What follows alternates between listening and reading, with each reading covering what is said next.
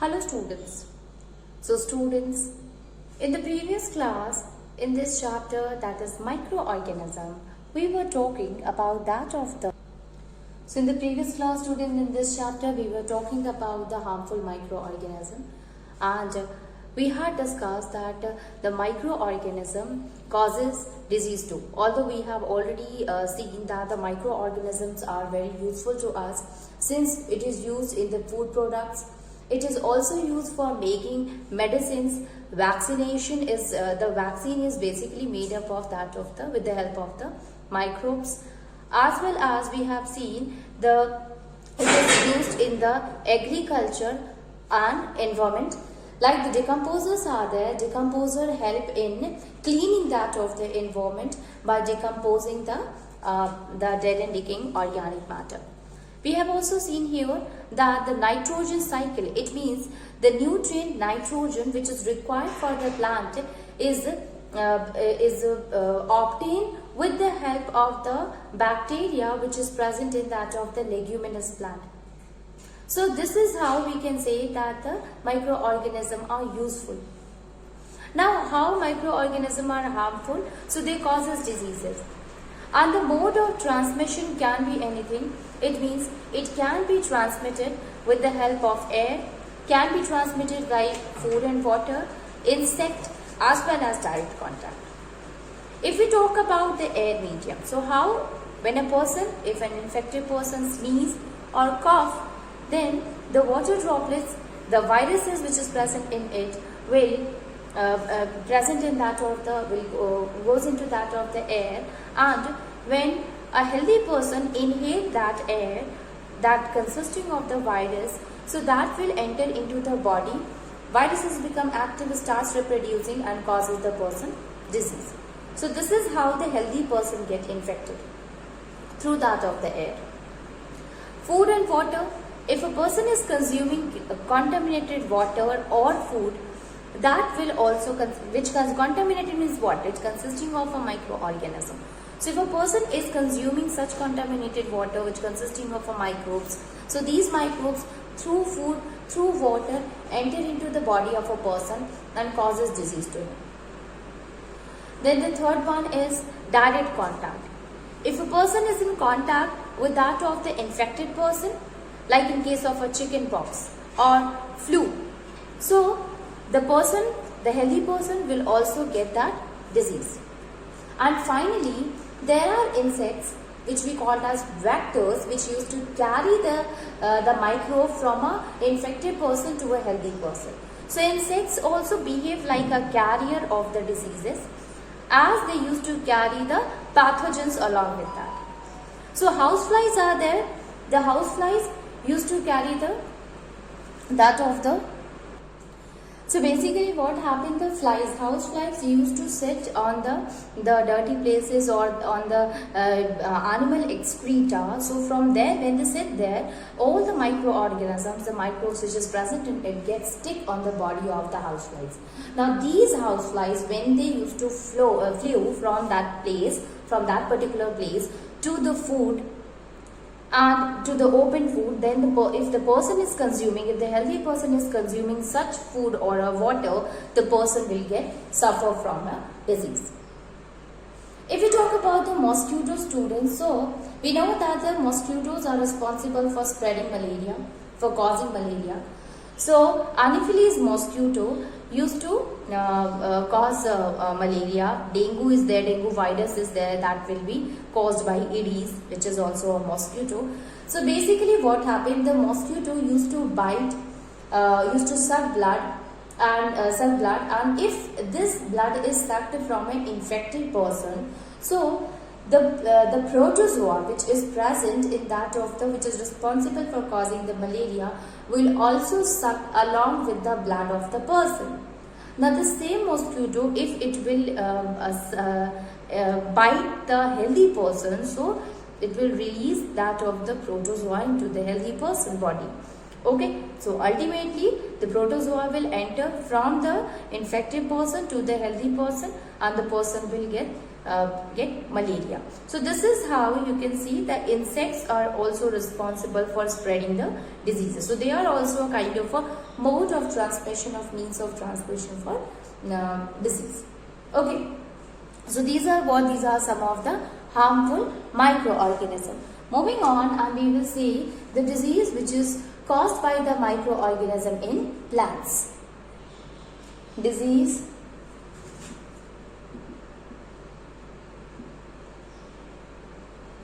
caused by the microorganism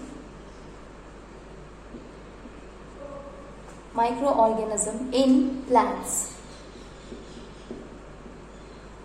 So there are microorganisms, you know, that if they attack on the plants, so they can destroy the whole crop. Okay, so we can write here, that is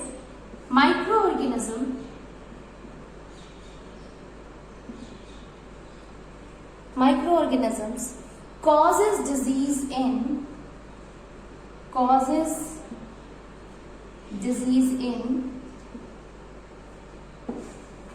plants, which can lead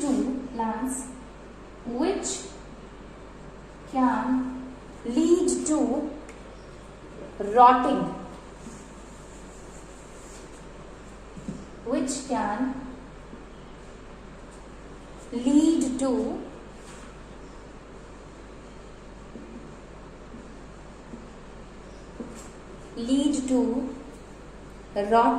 and retarded growth,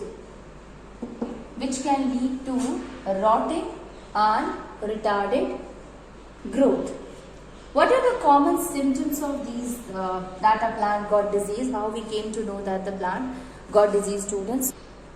So common symptoms are common symptoms of these disease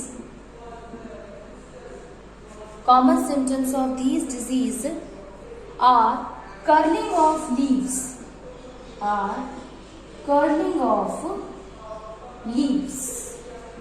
that is curling of leaves,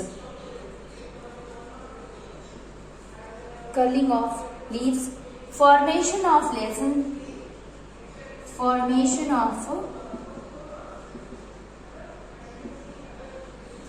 lessons on leaves and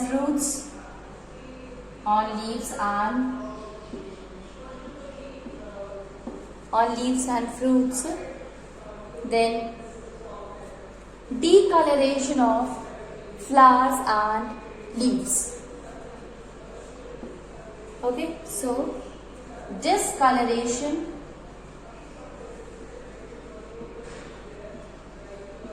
of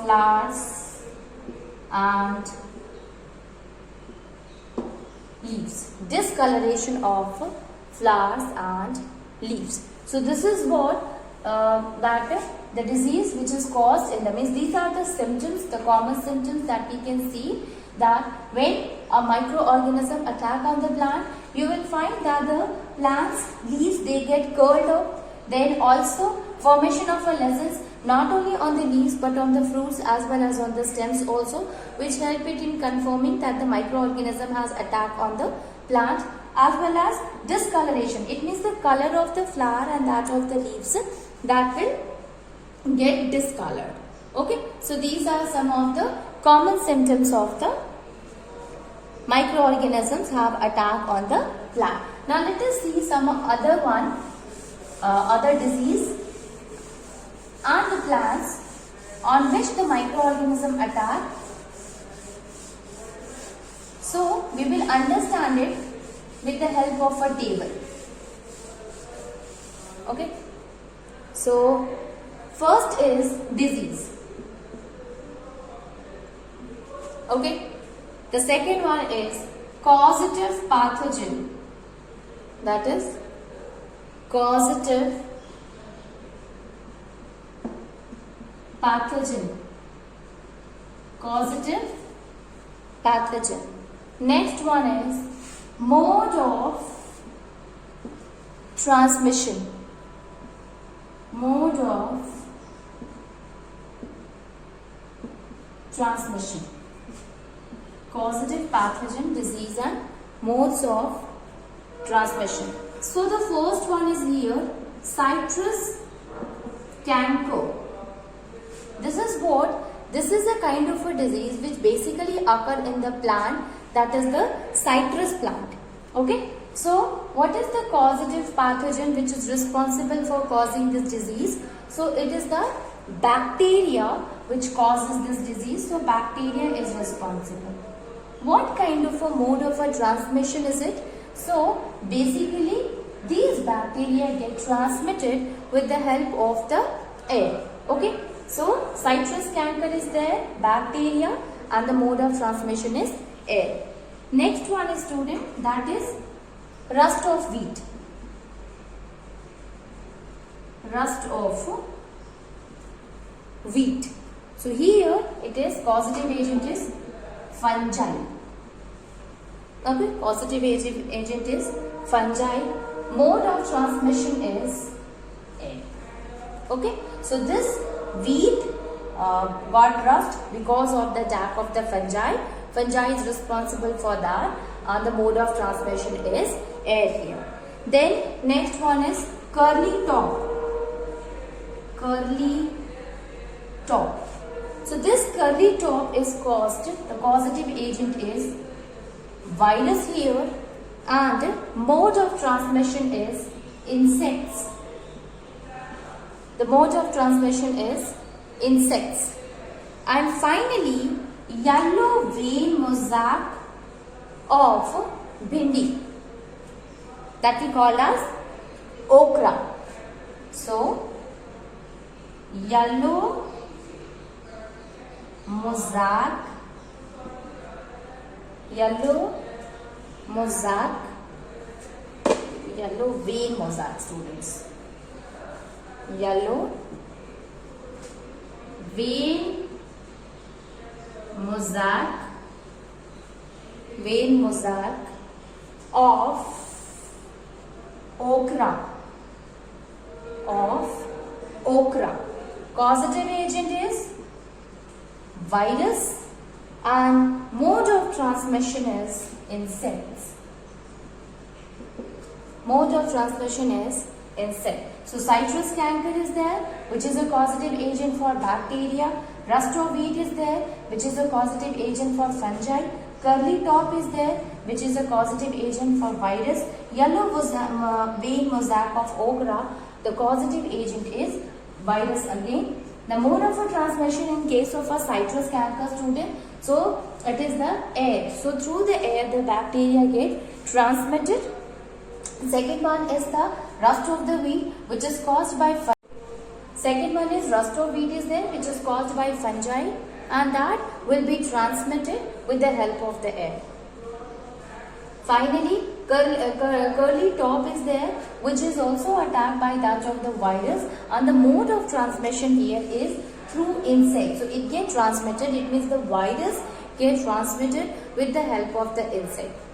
If we talk about the yellow vein mosaic of okra, so this yellow vein mosaic of okra, the causative agent is virus here, and the mode of transmission here is the insect. So these are what? These are some of the diseases which is caused by the microorganism in the plants.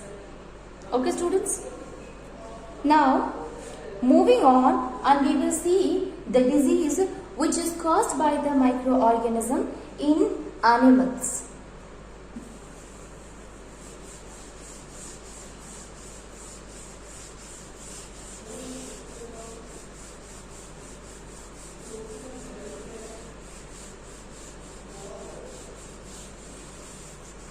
So we can write here microorganism in animals. So all the animals all the animals are subjected to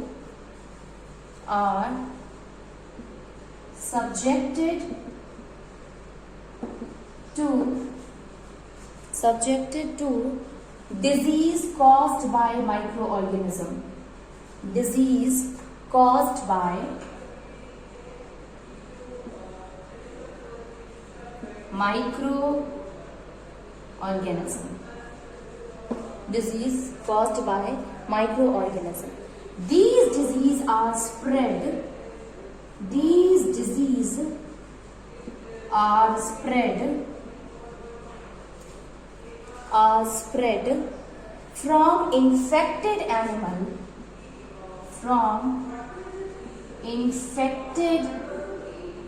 animals to other animals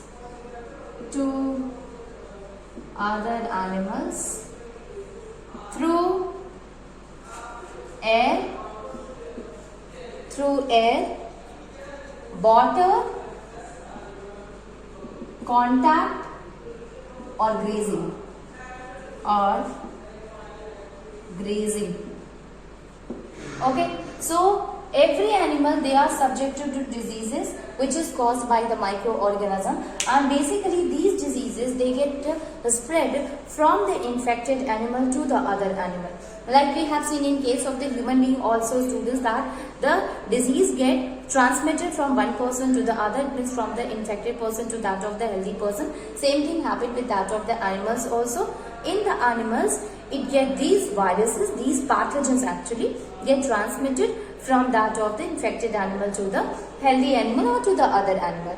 Mode of transmission, student, can be air, can be water, it can be in contact. What kind of a contact? It means through grazing. Okay, so this is the thing that how the disease is caused by the microorganism in the animal. Now let us see some of the diseases which is caused by pathogens in the animal and what kind of a mode of transmission they have. So again we will write here, that is disease, then causative pathogen,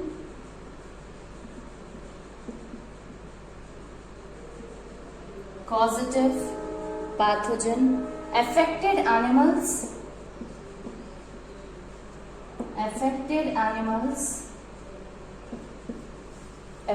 animals, then mode of transmission,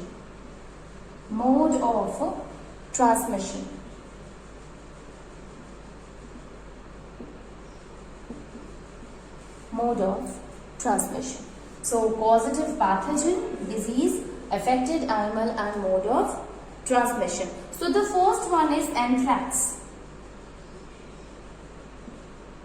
Anthrax, it is basically caused through bacteria, and this happens with the farm animals.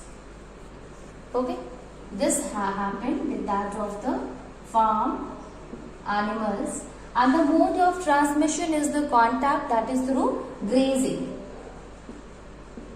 So mode of transmission is here grazing. So anthrax, which is caused by bacteria, and it get transmitted from the healthy, from that of the infected animal to the other through grazing.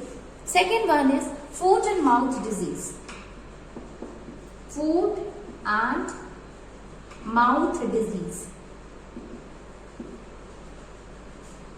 and mouth disease. So the causative pathogen is virus. Affected animal is again farm animals.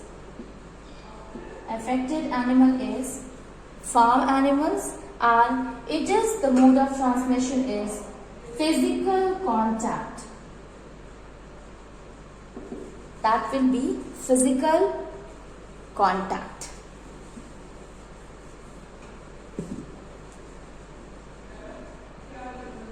It will be through physical contact. Then the next one is bird flu. Bird flu is basically caused through virus and it happens in many species of birds. Many species of birds, and through physical contact, as well as through physical contact. So these are some of the diseases which is caused in that of the animal. Anthrax is there, which occur in that of the farm animal. Causative pathogen is bacteria. Foot and mouth disease is there, which is caused in the viruses, caused by viruses. Farm animals, they are get affected because of this virus. And bird flu, again the birds are affected through the virus, and the mode of transmission is the physical contact. So these are some of the diseases which is caused by that of the microorganisms, students. Moving on, and we will see the another one, and that is food poisoning.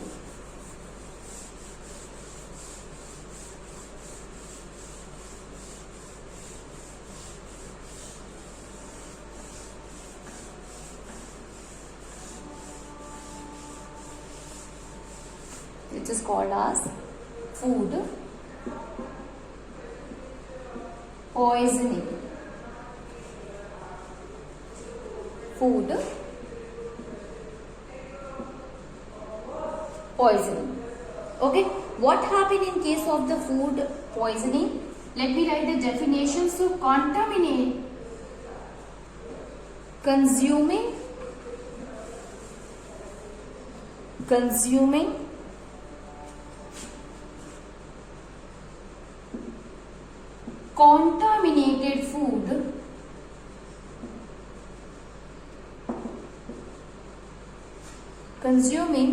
contaminated food or water,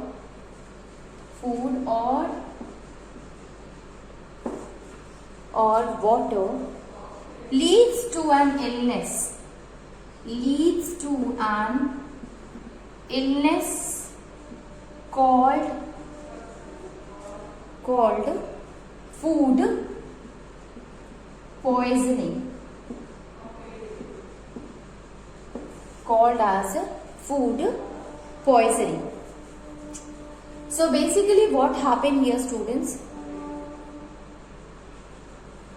So if the food is open, okay, if the water is present, is open for a longer period of a time or for a period of a time, so the microbes, they can sit, they can be transferred from other vectors to that of the food, and eating such kind of or taking such kind of a food and water will causes the food poisoning to the person. So we can say that the microorganism can cause the food poisoning also. Now this food poisoning can occur to an individual also.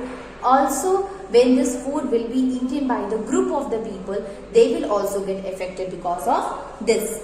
Okay. So how can we detect that whether this food which we are consuming, which we are taking, is contaminated or is a fresh one or is a non-contaminated? So for that, we have, if we want to check whether the food is contaminated, so what are the things that we have to see here, student? That foul odor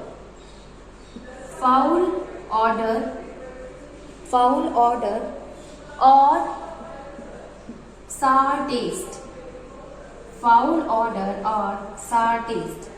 Next one is surface discoloration. Surface discoloration. Surface discoloration. Then cotton like growth. Cotton like growth on the surface. On the surface, as well as gas formation. Gas formation. Okay. So foul odor or sour taste, surface discoloration, cotton-like growth on the surface, as well as the gas formation. These all are the symptoms, these all are the things that which tells us that the food is not, it should not be consumed, or food is a contaminated consisting of a microorganism in it. Moving on, and we will see the next one, that okay, we have seen here that how food poisoning occurs. So it is important to preserve food. Okay, so we will see here the food preservation. Food preservation.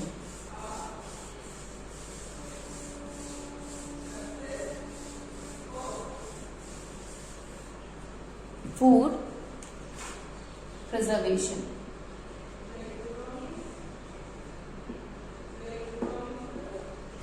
Food preservation. So basically, what is the food preservation, students? So the process of treating food item, treating food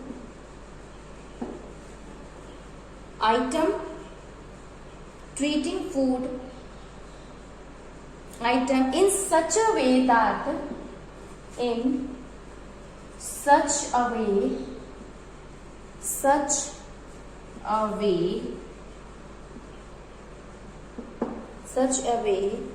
that they last for a longer time, that they last for a longer time. They last for a longer time without getting spoiled. Without getting spoiled. Okay. So they last for a longer period of a time without getting spoiled. This is how we can preserve the food. So basically, when we keep our food item in such a way that they can be kept for a longer period of a time without getting spoiled, because we know that when we keep food for a longer period of a time, it will get attacked by the microbes and causes disease to the person. So if we want to prevent it, we should preserve it, and this is how the definition of the preservation also came, that we should treat the food item, we should keep the food item in such a way that they can be preserved for a longer period of a time without getting attacked by the microbes, without getting spoiled by that of the microorganism. So what are the things that we can do here, students? So there are different means, there are different methods by which we can preserve food. So the first one is dehydration. What is the meaning of a dehydration? Dehydration means to remove all the water which is present in the food. Because we know that the microbes, they can grow, or they used to grow when there is a moisture present in the food item. Okay. You know that the very good condition for the growth of the microorganism is that they used to grow in the dark, in a warm and a moisture place. So the first thing that we can do here, student, that is the process of dehydration. Dehydration means what? Removal of the water from that of the food. Okay. So if we are keeping it, we know that the grains that we used to bring, we used to clean it and expose it to that of the sunlight, so that all the moisture, all the water which is present in it get evaporated and it will become a dry. Then the next one that we should do is the refrigeration and cooling.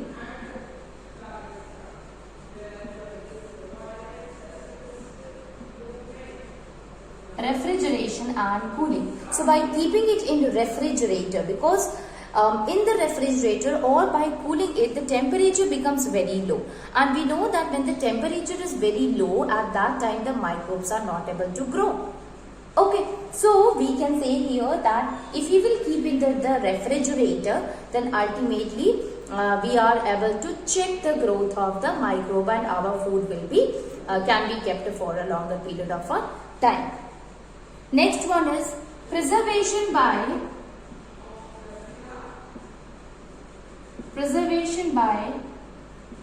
sugar,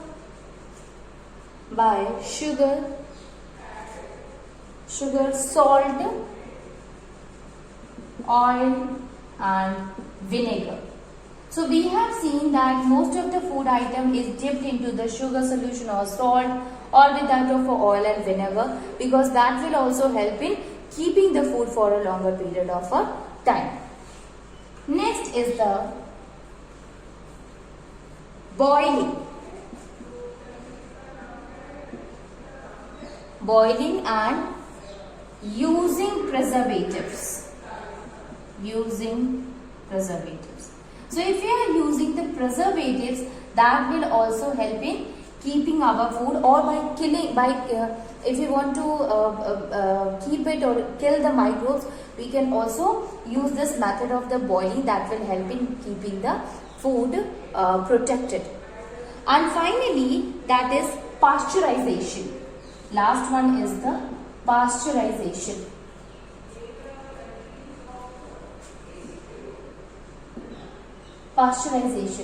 What is there in the pasteurization, students?